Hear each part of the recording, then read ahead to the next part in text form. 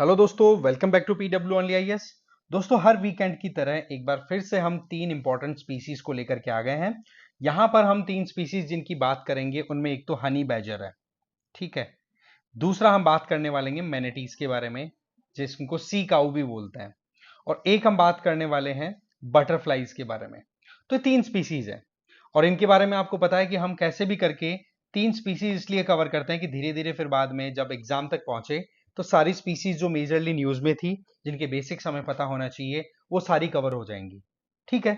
इस वीडियो को हम आगे बढ़ाएं उससे पहले आप लोगों के लिए, जो सेल्फ स्टडी पर रिलाई कर रहे हैं, उन स्टूडेंट्स के लिए बहुत इंपॉर्टेंट इंफॉर्मेशन कि 2025 की अगर यूपीएससी की प्रिपरेशन आप कर रहे हैं तो आप आईडीएमपी सेल्फ स्टडी प्रोग्राम को ज्वाइन कर सकते हैं, जिसमें आपकी एमसीक्यूज की प्रिपरेशन होगी।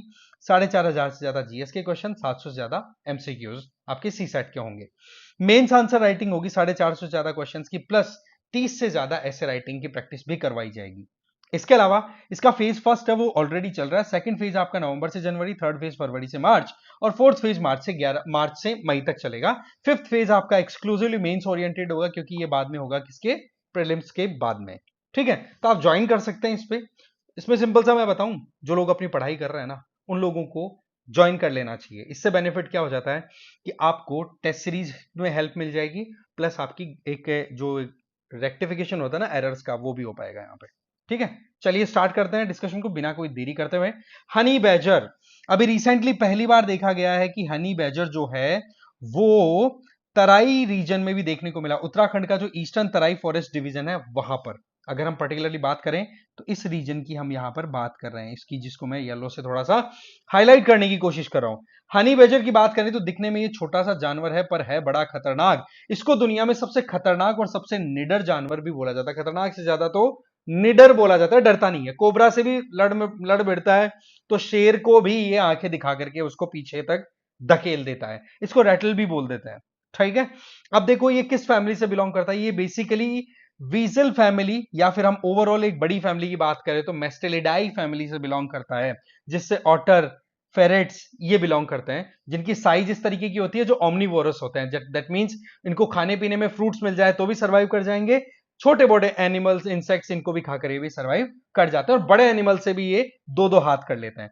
बेसिकली ये ओमनीवोरस है, दैट मींस ये हर्बीवोरस भी है और कार्निवोरस, दोनों का मिक्स है ये। और नॉक्टर्नल है, ये जनरली रात को निकलते हैं अपने खुद के काम में। ये देखा जाए तो इनका पंजा देखो आप, मैं थोड़ा सा इसको इरेज करके आपको दिखाना चाहूंगा। इसका पंजा देखो कितना खतरनाक होता है। ठीक है, इससे अपने प्रेस को भी टारगेट करता है, प्लस जहां पर रहना होता है वहां पर बिल की खुदाई भी कर लेता है इनसे पंजों से। ठीक है, ये जो है ये कार्ड क्लाउस की हमने बात कर ली, जो बिल खोदने में काम करता है। अच्छा, डाइट में स्मॉल एनिमल्स हैं, फ्रूट्स हैं और हनी बैजर्स इसीलिए नाम पड़ा है हनी। शहद बहुत प्यारा है इसको भाई। और बताया जाता है कि ये किंग कोबरा को जब हंट करता है, उससे लड़ाई करता है, तो उसका जहर तक भी पी लेता है, सरवाइव करता है। देखो नशे में, ये है सीन। चलिए, इसकी फीचर्स की बात करें तो ये सॉलिटरी नेचर में अकेला रहना पसंद करता है। और इसके पास में सबसे बढ़िया क्वालिटी क्या है, अगर इसका प्रीडेटर इसके ऊपर हंट करे, अटैक करे, तो वो इस प्रीडेटर को पकड़ करके और ऐसे ट्विस्ट करता है कि वो प्रीडेटर को छोड़ना ही पड़ता है अल्टीमेटली। तराई रीजन की अगर बात करें तो ये जो हिमालयन फुटहिल्स वाला एरिया है, इसको तराई बोल देते हैं, जो कि मोर और लेस वेस्टर्न हिमालय से लेकर के ईस्टर्न हिमालय तक आपको पूरा एक्सटेंडेड दिखाई पड़ जाता है। हनी बेजर्स की अगर हम बात करें तो अफ्रीका और एशिया में जनरली ये मिल जाते हैं। और इंडिया की अगर बात करें तो आपको ये मेजरली तीन इंपॉर्टेंट साइट्स का नाम याद रख लेना है।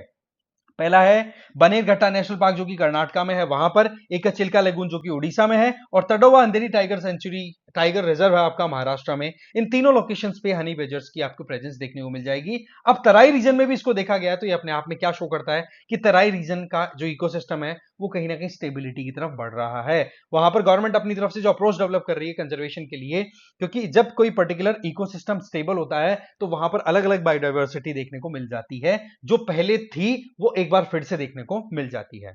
इकोलॉजिकली अगर देखें तो ये स्मॉल एनिमल्स की पॉपुलेशन को कंट्रोल करके रखता है, क्योंकि ये खाता है। तो अगर वो स्मॉल एनिमल्स की पॉपुलेशन को कंट्रोल करोगे तो आसपास की जो वेजिटेशन है, क्रॉप्स हैं, उनको वो स्मॉल एनिमल्स की पॉपुलेशन राइज होकर के खत्म नहीं कर पाएगी, पॉपुलेशन कंट्रोल करेगा, क्योंकि ये हंट करके खाता है भाई, सीधी बात है। दूसरा, ये न्यूट्रिएंट साइकिल में भी बड़ा इंपॉर्टेंट रोल प्ले करता है। क्यों? क्योंकि खाएगा स्मॉल एनिमल्स को, फ्रूट्स को, तो इसका जो एक्सक्रीटा होगा, वेस्ट होगा, वो अगेन सॉइल में जाके मिलेगा कि नहीं, तो एक बहुत इंपॉर्टेंट रोल वो हो गया। और सबसे बड़ी बात, जिस भी इकोसिस्टम में हनी बैजर अगर प्रेजेंट दिख जाए तो मान के चलो वो हेल्दी इकोसिस्टम है, इसीलिए वहां पर इसका सर्वाइवल पॉसिबल हो रहा है। कंजर्वेशन स्टेटस की बात करें तो IUCN में लीस्ट कंसर्न है और वाइल्ड लाइफ प्रोटेक्शन एक्ट 1972 में शेड्यूल फर्स्ट के अंदर इसको डाला हुआ है। तो भाई एकदम ध्यान रख लेना कि हनी बैजर क्या है, कौन सी फैमिली से बिलोंग करता है, क्या इसका बिहेवियर है, किसी भी तरीके से घुमा फिरा करके कोई सवाल आए टैकल कर लेना। ओके, चलते हैं नेक्स्ट मैनिटीज पे। होता क्या है कि अभी आपको ध्यान है ना, अटलांटिक ओशियन में इधर फ्लोरिडा वाले एरिया में एक हरिकेन आया, ठीक है, उस हरिकेन का नाम क्या दिया, हेलेनी। अब उस हेलेनी हरिकेन के चक्कर में क्या होता है कि यहां का जो फ्लोरिडा वाला पानी था, इसके साथ में कई मैनिटीज चपेट में आ गई और वो चली गई, स्ट्रेंडेड हो गई, फंस गई जमीन पर आकर के, जबकि है ये क्या, एक्वेटिक एनिमल। तो यहां पर यूएस प्रशासन ने ये किया है कि भाई लोकल पार्टनर्स और पब्लिक मिलकर के इन मैनिटीज को एक बार फिर से पानी में छोड़ दे, जिससे कि ये सर्वाइव कर सके। अगर हम मैनिटीज की बात करें तो एक्वेटिक एनिमल है, मतलब पानी में मिलते हैं, और ये जिस फैमिली से बिलोंग करते हैं उसका नाम है सिरेनिया। सिरेनिया वो फैमिली है जो कि पानी में रहती है पर खाती क्या है, घास फूस, है ना, जो हर्बीवोरस है बट रहते हैं पानी में। इसका दूसरा एग्जांपल अगर देखो सिरेनिया है फैमिली का, तो वो डुगोंग है। डुगोंग मैनिटी, इनको मिलाकर के हम सी काऊ भी बोलते हैं। क्यों, गाय की तरह रहती है, घास फूस खाकर के सर्वाइव करती है, राइट। चलिए, डुगोंग और मैनिटीज की बात करें तो मोर और लेस ये अपीयरेंस में आपको सेम दिखेंगी। फर्क जो दिखेगा वो इनकी पूंछ में दिखेगा। पूंछ में अगर मैनिटी की बात करो तो इस तरीके का पेडल शेप इनका पूंछ होता है। वहीं पर अगर आप डुगोंग को देखोगे ना, तो उसकी पूंछ है ना वेल की तरह होती है, इस तरीके की, यूं फ्लिप टाइप, यूं होती है। ये पूंछ होती है आपकी डुगोंग की, और इस तरीके की ये आपकी पेडल शेप में है, ये आपकी मैनिटी की होती है। ये थोड़ा सा एक सिंपल सा आपको डिफरेंस ध्यान रख लेना है। इसके अलावा देखा जाए तो मैनिटीज का हैबिटाट क्या है, जनरली ये शैलो वाटर मार्शी लैंड में रहना पसंद करती है। मतलब ये कि पानी थोड़ा बहुत अगर क्वांटिटी में है तो ये सर्वाइव कर जाती है, चाहे फिर वो कोस्टल एरिया हो या फिर रिवर हो। अभी फ्लोरिडा वाले एरिया में इसी वजह से ये चपेट में आ गई, क्योंकि कोस्टल एरिया के आसपास में ये रहती है। तीन तरीके की मैनिटीज वर्ल्ड वाइड आपको देखने को मिल जाएगी, एक तो अमेजोनियन, एक अफ्रीकन, एक कैरेबियन। अमेजोनियन जो है वो केवल फ्रेश वाटर में मिलती है, बहुत बड़ी बात है भाई, अमेजोन रिवर वाला जो एरिया ना वहां पर मिलेगी। और ट्रॉपिकल जो, सॉरी अफ्रीकन है, वो आपको ट्रॉपिकल वेस्ट अफ्रीका में मिल जाएगी, जो कि marshy sorry saline brackish water और फ्रेश वाटर दोनों मिल जाएगी। सिमिलरली कैरेबियन जो मैनिटी है वो फ्लोरिडा और वेस्ट इंडीज वाले एरिया में आपको देखने को मिल जाती है। तो अभी जो मैनिटीज की हमने बात की है फ्लोरिडा वाली, वो कौन सी होगी, कैरेबियन मैनिटी, याद रख लेंगे। चलिए, लेंथ अगर देखें तो मेच्योरिटी तक इनकी लेंथ 15 फीट तक जा सकती है, जिसका वजन 1650 किलोग्राम से भी ज्यादा मिल जाएगा। कलर की बात करें तो डल ग्रे से ब्लैकिश या फिर ब्राउन कलर में इसका अपीयरेंस देखने को मिल जाएगा। और सबसे इंटरेस्टिंग बात, इनके पास में फ्रंट लिम्ब्स ही होते हैं, समझ गए, फ्रंट लिम्ब, इसका मतलब आगे के ही इनके ये पांव टाइप होते हैं, इनके खुद के, आप कह सकते हैं कि हाथ की तरह अपीयरेंस है, जो कि फ्लिपर की तरह काम में लेते हैं, जो तैरने में इनकी हेल्प कर देते हैं। इनके पीछे इनके हाइंड लिम्स दिख रहे हैं आपको पीछे के, नहीं होते, यही चीज डुगोंग में होती है, राइट। नो हाइंड लिम्स, पीछे के पैर या पीछे के लिम्स नहीं होते, आगे के होते हैं। तैरने की बात करें तो देखो, सांस लेने के लिए इनको हर कुछ समय के अंदर सरफेस पे आना पड़ता है। अगेन, अगर सरफेस पे आ रही है तो फिर इसका मतलब लंग्स से इनका काम चलता है, सांस का एग्जैक्टली वैसे जैसे वेल का चलता है, एग्जैक्टली। फिर बात करें लाइफ की तो ये 50 से 60 साल तक जी सकती हैं। खाने में क्या पसंद करती हैं भाई, ये ग्रेज करती हैं सी बेड पे जो भी ग्रासेस होती हैं वो, इसलिए इनको सी काऊ के नाम से भी जाना जाता है। अच्छा, एक बड़ी इंटरेस्टिंग चीज क्या है, खाने में इतनी गजब की है कि पूरे दिन में 8 घंटे तो ये खाना ही खाती रहती हैं। और उसकी बात करें तो इनका जितना वजन होता है, उनका जितना बॉडी वेट होता है, उसका 4 से 9% ये एक दिन में उतने वेट का मतलब उतने वेट का अमाउंट, मतलब आप कह सकते हो घास फूस वो खा जाती है, जितना वजन हो उसका 4 से 9% डेली बेसिस पे। अब आप खुद सोचो कितना ज्यादा कंजम्पशन है इनका, है ना। मैनिटीज हैं वो जनरली सॉलिटेरी एनिमल है, अकेले रहना पसंद करते हैं, बट यस जब छोटा बच्चा होता है तो मां के पीछे पीछे घूमता रहता है, वो एक अलग बात है। कंजर्वेशन स्टेटस देखे तो IUCN में इसको वल्नरेबल कैटेगरी में रखा हुआ है। फिर आ जाता है आपका बटरफ्लाई का एक स्पीसी जिसका नाम है स्वेलोटेल।